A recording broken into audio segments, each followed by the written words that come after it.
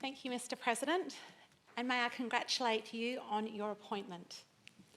I rise today with a deep sense of humility, gratitude and responsibility. To be entrusted with a place in this Parliament is a great honour. It also is a great responsibility. This chamber does not belong to us. It belongs to the people of South Australia, and we are only here because they have placed their trust in us. I stand here as a proud South Australian woman, grateful for the life I've lived, the lessons I have learned, and the communities that have shaped my character and convictions. I begin with those who came before me. My family's connection to South Australia reaches back through many generations, and I have long felt both the weight and the privilege of that inheritance. In 1847, my great-great-great-grandfather, Augustus Short, became the first Anglican Bishop of Adelaide. Bishop Short was instrumental in establishing key South Australian institutions, which included St Peter's College, the University of Adelaide, where he eventually became Chancellor, St Barnabas Theological College, and he initiated the construction of St Peter's Cathedral. My grandfather advocated that all people should have access to good education regardless of whether they could afford it. And he also worked hard to establish the Anglican Church in the new colony. His first home was called Beaumont House, which is now under the care of the National Trust. He lived there until the completion of his main residence, Bishop's Court in North Adelaide, which was completed in 1856. Since then, Bishop's Court has continued to be the home of every Anglican bishop, since that time. This incredible era appears to be coming to an end, with the property now being up for sale. I do not mention my family's history out of vanity. I mention it because it reminds me that public life at its best is an act of stewardship. We inherit a state built by the labour, sacrifice and conviction of others, and in our own time we are called to leave it stronger than we found it. My family's story also extends through Bishop Short's daughter, Millicent Glenn. Millicent lived with her husband, early settler George Glenn, and helped manage Mayura Station. Their family were one of the earliest pastoral enterprises in the southeast, and the town of Millicent was named in her honour. I acknowledge these connections with affection and respect, but heritage alone is not enough. Every generation must decide what it will contribute, what it will defend, and what it will build. We cannot simply admire the work of those who came before us. We must prove ourselves worthy of it. For my part, I have come to this Parliament determined to make my own contribution through public service, guided by the belief that duty matters, character matters, and the people we represent deserve our honesty, courage and perseverance. Life was not easy growing up. In fact, most of the time it was a struggle. My mother lived with uncontrolled epilepsy after being hit by a car as a young woman, which resulted in up to 10 grand mal seizures a day, many resulting in trips to hospital. My father juggled running a small accountancy firm while being my mother's carer. They chose to ignore doctors' advice to not have children. Being born first, my brother was severely affected by my mum's epilepsy medication. He has lived a life of isolation and misery. He is one of the many people who slipped through the cracks when the new NDIS system came into place. He has never received a suitable package, and I believe my brother would have a better quality of life if he could manage his NDIS money himself, rather than having it wasted on support workers who don't actually make his life any better. As a member of the Legislative Council, I hope I can help those families who find themselves in a similar situation. Growing up, my main role was to protect my mum when she had a seizure. I knew the routine well, and I would shoo people away from her when she was in the midst of a fit, as we would call it. I would put something under her head, I would ensure that nobody put anything between her teeth, and I would always try to move away any dangerous obstacles. This last part wasn't always possible. I remember one time while we were at the Mitcham shopping centre and Mum had a fit and went straight through a shop front window. As Mum couldn't drive, she decided to get us bikes so she could take me to school. The first day we rode to school together, Mum had a fit, came off the bike and broke both her arms. But we are not a family that sought sympathy or support. We were simply a family trying to manage illness, disability, and uncertainty and pressure behind closed doors, as so many families do. Looking back, I can see how much harder life became when understanding from others was in short supply. I learned from a very young age what stigma looks like. When people discovered that my mother had epilepsy, they often kept their distance. The kids from school were not allowed to visit our home, which made my childhood very isolated. And as a child, that leaves a mark. It teaches you early that suffering is not always met with compassion. Those experiences taught me both responsibility and resilience. But more than that, they gave me a lasting understanding of how isolating illness, disability, and social judgment can be, and how easily people who are already carrying a burden can be made to feel invisible and alone. When I speak about this part of my life, people are often surprised, even shocked. Perhaps that is because many families carry hardship quietly. As a young girl, I was obsessed with horses. When I turned 10, my dad bought me a beautiful black stock horse mare. Owning a horse taught me the value of money, and Dad always felt he got the best end of that deal, as he only had to make the original purchase, whereas I had the responsibility of paying for her keep. And I did this by working many small part-time jobs. My horse was my lifeline and my best friend. Black Bess knew all my secrets and she held all my tears. I still have horses today and they are still my refuge and safe place. And I wish to acknowledge my friend and mentor, Steve Halfpenny from Blanchetown, Australia's own true horse whisperer. My mother's brilliant mind and exceptional drive was let down by a broken body. In the 1980s, she enrolled in a SATE computer science degree at the Levels at Mawson Lakes. She paid her tuition fees, she got herself there via public transport, and she even topped her class. Many people did not realise that my mum had lost 70% of her vision and was classified as legally blind. Like many people who do not have obvious disabilities, she adapted and hid it well. While this should be admired, it often resulted in further discrimination because on the outside, my mum appeared normal. By the time her exams rolled around, it was discovered that mum had epilepsy, and instead of helping her, she was banned from sitting her exams in case she had a seizure and disrupted the class. As if life wasn't hard enough, this final blow nearly broke my mum. She had overcome so many hurdles to complete her degree, only to have it taken away by the worst form of discrimination. But it didn't break her. It put a fire in her belly and a pen in her hand. She channeled her pain and frustration into making a difference for others, making sure that this could never happen again. My mother taught me something else, that if the answers are not good enough, you keep asking questions. She wrote letters, challenged decisions, and refused to quietly accept injustice. From her, I learned that one voice can matter, that ordinary people do not need permission to speak plainly, and that institutions should never be beyond scrutiny. Her advocacy brought more awareness to the struggles of people living with epilepsy, and she pushed the Epilepsy Association to do better. Mum died at 47 in a seizure. I was 21.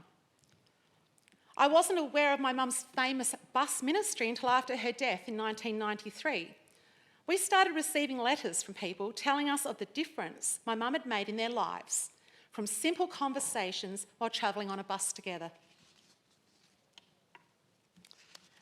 At 19, I married a 7th generation wheat farmer from Butte on top of the York Peninsula. Marriage and farm life opened up a whole new world to me. I was welcomed into a family and a community that understood hard work, endurance, and mutual reliance. Life on the land is not sentimental. It is practical, physical, and often unforgiving. It teaches you very quickly that you have no control over the weather, the markets, or when hardship strikes. It also builds character. Regional communities know how to get on with the job. They know how to help one another without making a show of it.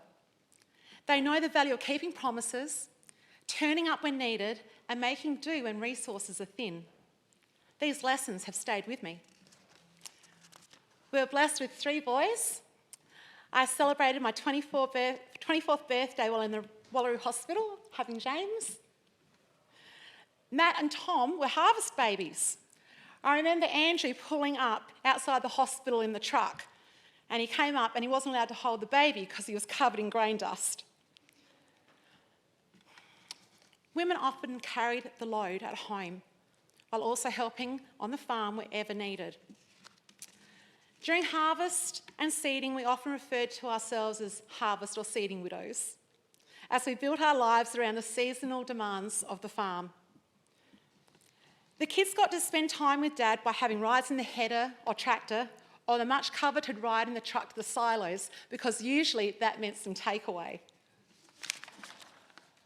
We were tasked with running out food and coffee, escorting machinery, and picking up the men from the silos if they were unable to get their load off that day. We would do the farm books, manage the household and care for the children, and we always looked forward to our January holidays at Victor Harbour. Farming had its challenges. We had to deal with mouse plagues and locust plagues, droughts, dust storms, regular blackouts that could last for days. And I always remember being put out on fire watch during dry lightning strikes. Our men would jump off their headers at the first sight of smoke, race into the scene in their farm firefighting units. Quite often they would have the fire out before the CFS even arrived. When mobile phones and internet came, the reception was terrible, and I'm very sad to say it still is. We had unsealed roads, no mail delivery, and no rubbish collection. The kids had long school bus rides from a very young age, and back then there was no seatbelts or air conditioning. When James was 2, he broke his leg. We made it the 35-kilometre trip to the Wallaroo Hospital, only to be told that they didn't have anybody there that could operate the X-ray machine. So with James screaming as we hit every undulation and pothole on the Kulpara Road, we drove the 2 hours in pouring rain to Adelaide while having to stop along the way because baby Matt was also screaming. He wanted a feed. This was in 1996, and this is how long the Wallaroo Hospital has been underfunded. The decisions that members of Parliament make in this building don't affect them. They affect other people outside of this chamber. Small businesses do not get reimbursed for all the extra work created by a government department to complete their tedious paperwork and to give them information that has no obvious benefit to us or our industry. An example of this is the government drought assistance, which was almost unobtainable due to the stifling number of forms which the farmers struggled to fill in.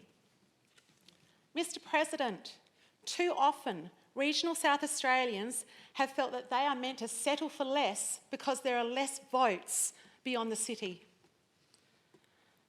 They know what it means to be told to wait, to manage, and to accept second best. And after a while, that message says something much deeper. It tells people that their communities are somehow less important. I reject that entirely. Country people are always going to have the smaller voice, yet our contribution to the state's economy is massive. That should mean something. Our taxes pay for all the city-centric projects, but where is the regional investment? Regional equity is not a favour to country communities. It is a basic requirement of fair government. The government champions other minority voices in our society. Why don't they do the same for regional South Australians? The people are not at all surprised by the rise of One Nation. Life is getting harder and people's standard of living is dropping in what appears to be a managed decline by the uni parties. This is why people are flooding to One Nation to fix this broken, out-of-touch political system, which prioritises its mates and securing their own positions instead of prioritising the needs of the people. People have had a gutsful and they want to change. They are fed up with the uni party and their two-party preferred system, which they have set up to make sure one of them always holds government, and the grandstanding of the toxic radical left who bow their knee to the religion of climate change and radical gender ideology. My father has been a lifelong member of the Liberal Party, and it was at the Liberal Party that my dad met my mum. My husband's uncle, Linton Crosby, was also instrumental in the success of the Howard years. Yet here I now sit as a One Nation MP. This should raise serious questions inside the Liberal Party, as I'm not the only Liberal who has moved across to One Nation. I came to believe that the Liberal Party had become more focused on political self-preservation rather than doing what was best for the people. They need to stop trying to win over Labor voters and go back to their Conservative roots. I joined One Nation because they are the only party prepared to fight to protect our way of life and make us prosperous again. If your political home no longer reflects the people they represent, then you have a duty to reconsider where you stand. And we have membership forms here if you would like one. The people look at our parliament and parties and ask who is really listening. They do not want slogans, they want practical outcomes. They do not want spin, they want honest representation and a government that understands the pressures that households, businesses and communities are under.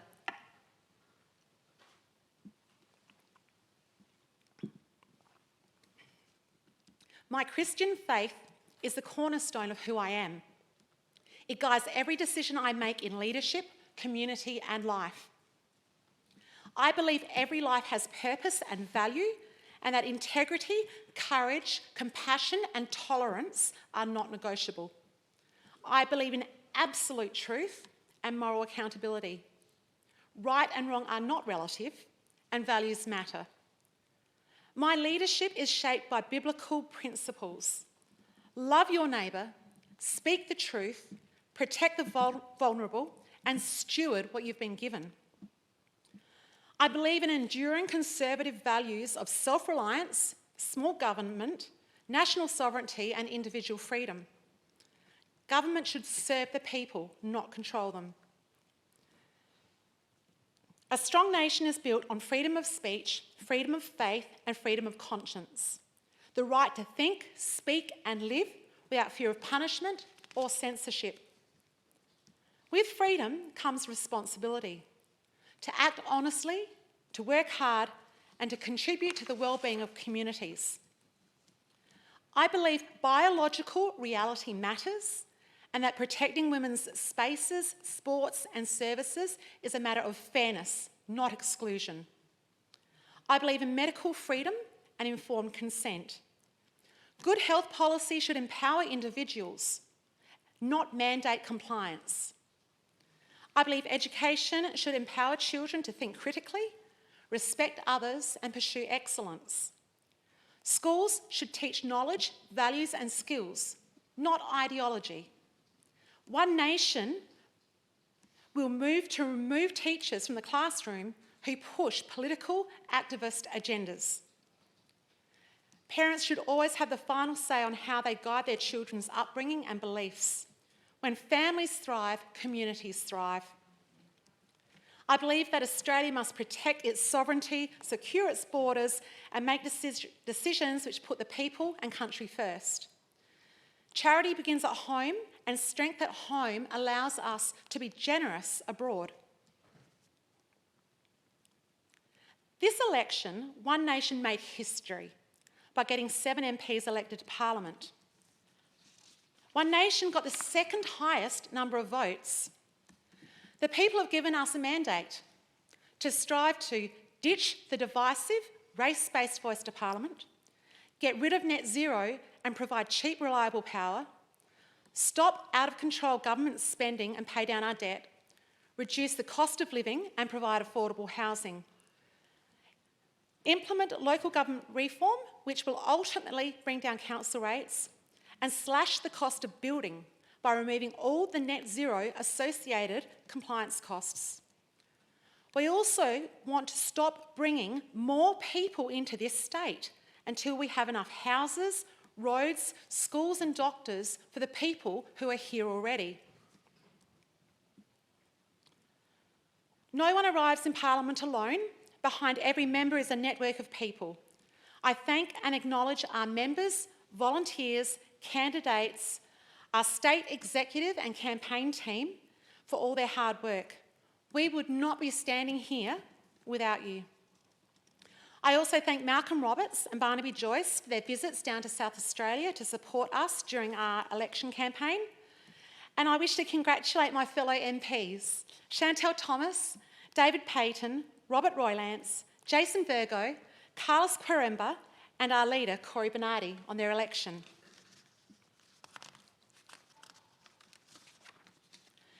It is my view that Pauline Hanson is the most authentic political leader we have in this country.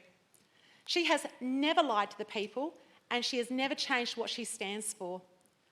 The people always know what they will get with One Nation. Senator Hanson, I thank you for the opportunity to represent One Nation. I thank you for your guidance, encouragement and the incredible example you have set for us all. You are one of the strongest, most authentic people I have ever met. You are compassionate, consistent and generous. During Senator Hanson's last visit last sitting week, I mentioned how much I like the brooches she wears in Parliament. The next thing I knew, she was taking off her beautiful brooch and pinning it to my jacket. I wear it proudly today as a reminder that Pauline Hanson is the people's princess. And I hope and pray you will one day be the Prime Minister. I thank my amazing husband who worked so hard and has never stopped believing in me. I'm sorry, love, we've got another 8 years of hard work. Finally, I thank the people of South Australia who have placed their trust in me. I will serve with honesty, with courage and perseverance. I will work collaboratively with those in this Parliament who want to put the interests of the South Australian people first. But you will often hear me ask if what is proposed would pass the pub test. Waste is not generosity. Every dollar spent by governments should be treated with the same caution and thought that MPs would spend their own money on. It should deliver measurable benefits and long-term value to the community. If it doesn't benefit the majority of South Australians, I will not support it. My commitment is to be diligent, direct and prepared. I will support what is sensible, challenge what is flawed and stay focused on practical outcomes rather than political theatre. Good government requires a strong opposition. We will be that strong opposition for the people of South Australia. Thank you.